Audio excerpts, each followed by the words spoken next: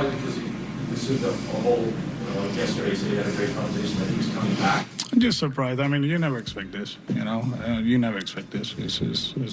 I lived it as a player in 2011 when Mike let Jim Riggleman go in the middle of the season, and you're always surprised, you don't expect that. You expect the group to be together all the way through the end of the season, and, whatever happens after that happens, but, you never expect this. KJ and Lyons, WEEI. Thank you so much for spending your Saturday with us. Hopefully you're staying safe and kind of dodging Lee just enough to not be under a torrential downpour. That's Alex Cora on the shock of Chaim Bloom being fired in season. 617-779-7937, text line 37937. Let's go to Shane in the Cape on your thoughts, Shane, about what the Red Sox do moving forward. Hey, what's going on, guys? I'm just here trying to avoid the storm. And, a thought that came to my mind was that at the end of the day, when the Red Sox have won championships, they've always been a big, high-spending team. They've always been in the top five. So, Bloom did what ownership wanted him to do, got under the tax, limited the spending, improved the farm system, so I really think John Henry and these guys are a bunch of frauds in what they want. They really got to commit to spending and being a big market team. So, my lack of confidence in those guys and John Henry is at an all-time high. And, I think he saw tickets going for $1 and decided, the business model's not working, so I'm going to make a change. But, my confidence level in him as an owner and the rest of those guys is at an all-time low. And I think, bringing someone like Theo Epstein back would be a great move. Guy knows how to run multiple franchises and win at the highest level. So thanks again for having me, and I hope you guys can avoid the storm and, enjoy the rest of your day. Yeah, thanks for the call, Shane. Yeah, I've tried to convince my wife. Let's go up to Lewiston for the weekend. I'm kidding. I'm kidding. Want to go up to Scotia, hang out for the weekend? Shane brings up an interesting point, though. And when we were talking last segment, and we said most of the blame falls on Bloom and ownership, and this is an ownership group.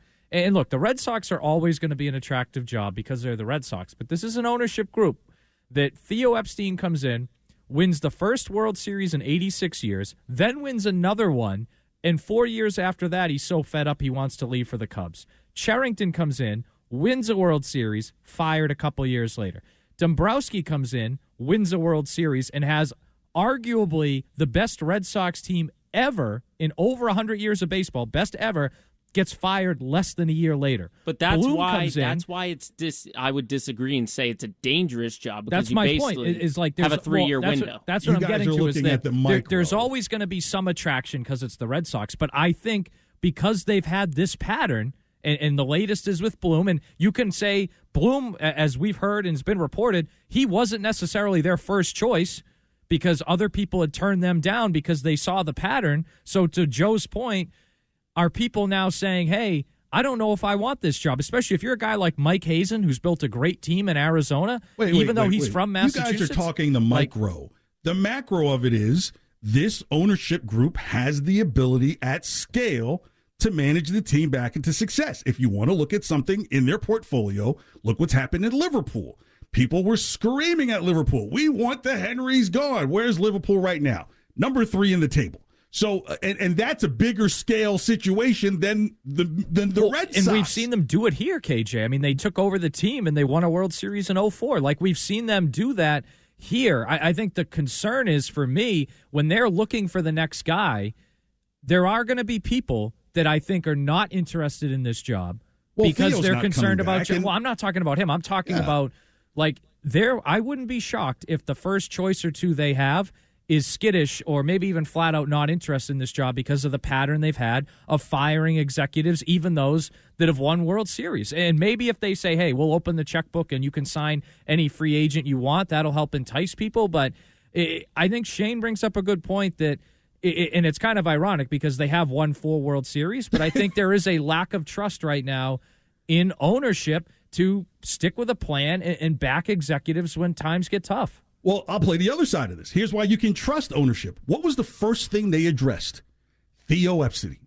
right? So imagine you could probably make the argument you'd have less trust in them if it gets to the point where you find out that they never even asked him or put it in front of him. Then you would think, okay, as a fan, why are you not going to go get the person who pretty much created the DNA for the winning attitude and championships that were here? Why would you not? So by putting it in front of him and knowing that Theo was going to say no, they are letting you know that we're putting the best effort forward to try and change this. I just think that Chaim Bloom was a guy who was used to looking at Tampa-priced menus and then trying to apply that to the same food paid for in the Seaport.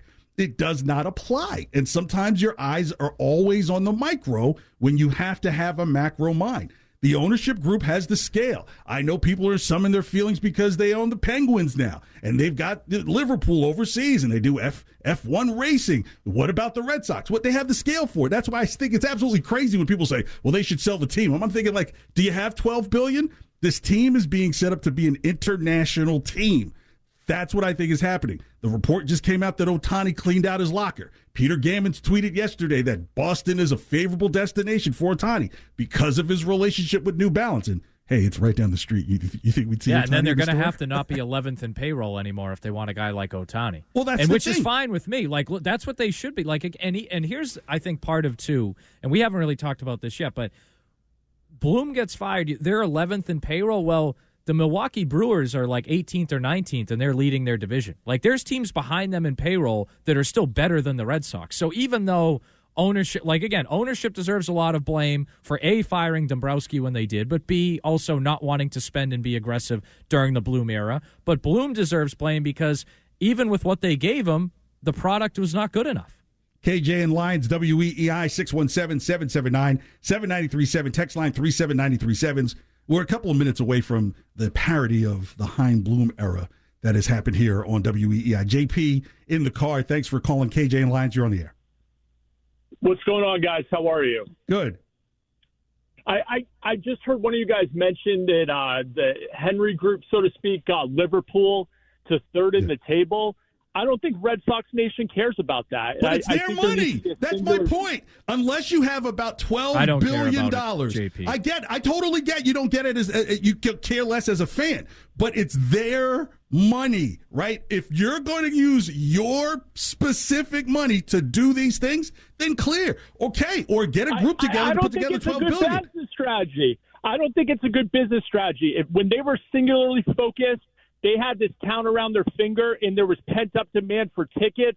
The Patriots have that now. The Patriots have that because they've won for 20 years. I do wonder, is there a point, right, to JP's point here, but also KJ, that when you're focused on the Penguins and you're focused on Liverpool, is there a point where detracts attention from the Red Sox? Oh, so people should just have one child? I didn't say that, but what I'm saying is when you have not just the most iconic baseball franchise, but one of the most iconic NHL franchises and an iconic European soccer franchise, not that I'm an expert on European soccer, I think that does start to pull you in different directions. Like people talk about the Crafts, you're right? Like the Crafts own the Patriots Liverpool in the gets Revolution, which are in the same building, and you it's not buy on the the same Penguins, and now you get jealous because suddenly all the attention is not on you. I'm here to say there is so much scale involved that they can handle all these. They can walk, chew gum, and make the gum.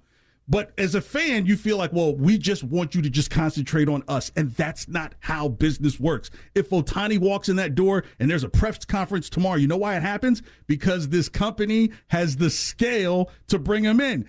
That's why there's no conversation about Ohtani going to Milwaukee, right? There's no international business model. Now, you may feel a certain way because it doesn't apply to you in your township, but that's just the way business works. I'm not just talking about money. Like, I'm talking about focus level, too. Like, John Henry bought Liverpool in 2010. When's the last time you've seen John Henry in a box? The Red Sox have won 2 World Series since he bought Liverpool, so he's obviously able to balance that. So he has to be at every game? I'm not saying that. Since he bought the Penguins, though, the Red Sox have gotten worse. Like, is there a point where it's not the money maybe the money a little bit, but more so the focus level. Is he as attentive to, hey, why aren't we being more aggressive here? Why are we doing this? And I'm not telling you that I want John Henry to be like Jerry Jones and run the baseball operation, But it does feel like show up at the park once in a while. Yeah, and not just for the Winter Classic, right? What does that matter? If he shows up and they lose, what matters to me is that the organization from top down is focused on winning championships, and it didn't really feel that way the last couple of years. Okay, but was it when they won it in 18? Did you feel differently? Yes, because I felt like they were focused from the top down. But they owned Liverpool for 8 years at that point, right? And they didn't own the Penguins then. So I feel like, and they went out and made an aggressive hire in Dave Dombrowski, who was aggressive. And by the way, too, this is a side thing. Dave Dombrowski was a lot better with the farm system than the Bluminati wants to act like he was. He like was. Bayo, Costas, Duran were all Dombrowski guys. Yeah, and by the way, Dombrowski traded Moncada for sale instead of Benintendi, which was a home run of a trade. So, and that's a side thing, I know. But my point is that it felt like the last 2 years, the organization from the top down was not fully focused on winning championships. It was more about the farm system and the luxury tax. And I'm not saying that was the only focus, but in the past, it felt like championships was the number one. Even when they had down years, like we know they weren't good every year, right? 2006, they missed the playoffs, but that offseason prior, they had gone out and got Josh Beckett and Mike Lowell. So even then you knew, hey, they're trying to still win a World Series. So, but people didn't have a problem with the unloading of like David Price and not keeping JD, eventually letting JD Martinez go. So, there were some things that cost money that people weren't like, oh, you no, and you I'm not saying you got to and we talked about this last week. Like, you don't have to be the New York Mets and just spend $1 billion recklessly, right? But you really shouldn't be 11th or 15th or when you're the Red Sox. Well, that's the hire of a guy from Tampa who's looking at menus in Tampa and trying to bring him to Seaport. Like, how come the state costs this much? The model they should look at is like the Dodgers and the Astros. Like, great farm systems, but then when they need to be, like the Dodgers have a great farm system and they still went out and traded for Mookie Betts. The Astros have a great farm system, still went out and traded for Justin Verlander. Right? Like, you should be the Red Sox are one of those teams, and not every team can do it. They're one of those teams that should be able to do both of those things. So you mentioned the fans and how they're feeling. Here is Sam Kennedy's quotes. Here's Sam Kennedy on his thoughts about the fans that were visiting Fenway, the visiting fans at Fenway, and how that felt in this whole process. We need to be competitive. We need to be playing for a postseason spot, playing meaningful games in September and playing baseball in October. Those are the expectations. And we're going to not rest until we're back at that stage. We own this. Look, this is a really painful day for a lot of reasons, especially the personal side of it.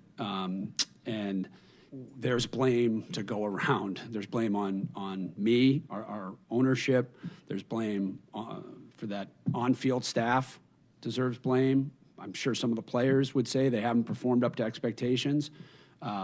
We all fell short of our collective goal, so there's a lot of blame to go around. It's a really tough business. We felt we needed to make significant change with these two positions, and that's what we've done. So you don't think a comment like that says that we're about to spend, and we're about to probably make a big push for A-list, probably one of the 3 biggest stars in all of baseball? Let's hope so. That would be great. That's what they need to do. Because I've been saying that since January. People said I was crazy. That's what they've needed to do for a couple years now, really, since 2021 ended. So hopefully they finally do it, and we can have a great baseball team to root for again. KJ and Lyons, WEEI. So, Joe Braverman, you've probably been with me since you started this show, since you started working here, correct? Yeah, for a long time now. For enough time to say, gosh, I can't get away from this guy. So, we'll take you back through a little journey. John, these will be new to you, but song parodies that have been done over the course of the last few years that really directly are about the Red Sox, and they're all in a mashup. Hit it, Joe. Now the hype is long gone. Baltimore's hot. Yeah, this was a bad time right here. Love for the Worcester Red Sox. He's the King George of Fenway Park. Fans want blood. They got it. Give this team a shot. Whoa, we're halfway there. Chaim Bloom sitting on his hands. Bullpen's trash and it's eating at fans. Chaim Bloom sitting on his hands. Who can relieve only after 4? Chris sails away. He's on the 60-day. Nate Eovaldi's going to have to throw 110 or more for Barnes to close the door. All I wish is the starters to get 15 outs before they use the pen. Who can relieve now? There you go with Shortstop situation. I mean, you even got to the defense. Infield beat up like inflation. It's gone too far. Too much indecision. You will find out who you are. Living with the errors code. Ow! Store is gone. Cass is first baseman. The Sox are getting no big transactions. Why not? The big names no free agent action. They're the Red Sox. Matt Olson leaves the A's for the South. Couldn't get Greinke to help the pitch in out. Rondon's left arm is so far gone. Chris Bryant will leave. Rocky's baseball's torn. The Sox ain't getting no headway. Do you know how frustrating it is to wait to see the transactions come down? The Sox are getting no. See, that covers it all. Lack of movement at the trade deadline, bad defense on the field, horrible middle relief pitching, and then not making moves at the deadline. It's like these were all things that have really happened. And it was interesting in the cut that we played about Alex Cora said he was surprised to see this happen during the season. And then after the season, anything can happen. Well, I think he's probably thinking that at the end of the season, this was going to happen. Maybe he's surprised that it happened this soon, but wouldn't have been surprised if it happened at the end of the season.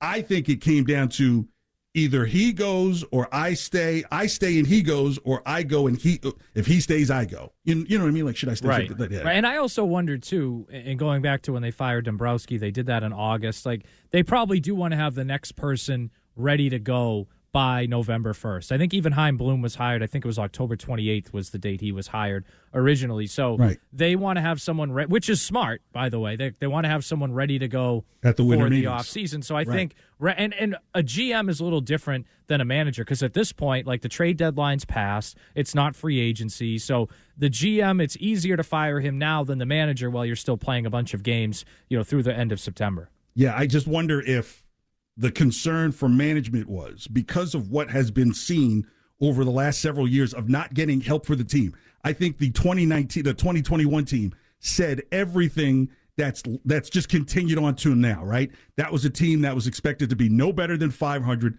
They kind of were shocking the baseball world. Then when the trade deadline hit, they were about 3 games up in the AL East, but they were starting to leak and teams were starting to catch them. And it was like, hey, just go get a starter who can get you 5 innings. They don't have to be someone who has to be here long term. Maybe if it's someone who's younger that performs well in this kind of heated battle that you were in, this is someone you could consider offering up as part of the staff that you keep, right? Because you don't know that the next year that Chris Sale falls off of a bike. So these are things that, like you had chances to rectify and show that you're willing to make moves to move the team forward. And everything seemed to be in a standstill pattern. And they say when you stay still, you end up getting stuck. Yeah, and then even when they got the guy in Schwarber, they didn't re-sign him. And then the next year he leads the NL in homers and has another good season this year.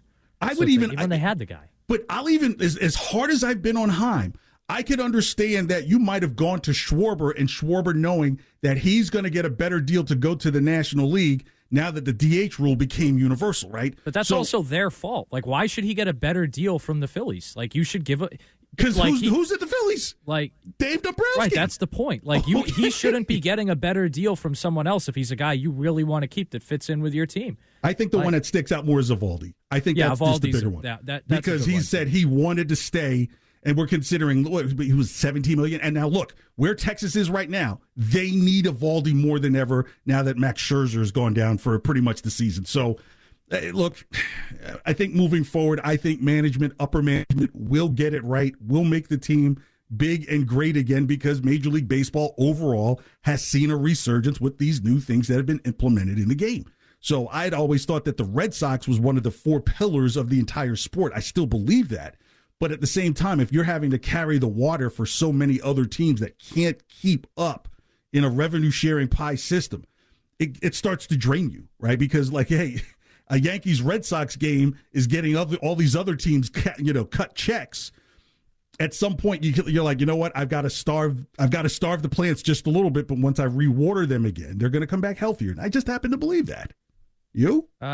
So look, I'm a little more dubious. I really want to see who they hire and see what the direction is. Like, is it going to be a real, aggressive, more balanced direction, or are they just going to hire another guy who is going to keep that farm system path going more? I think it's going to be someone with some connective tissue to the winning days. I think it. I hope well, so. It's not Theo, but I think it's Zach Scott. I really do. After his incident when he was the assistant GM for the Mets, local guy, I think it's him because he's the one that was right next to Theo during all those years.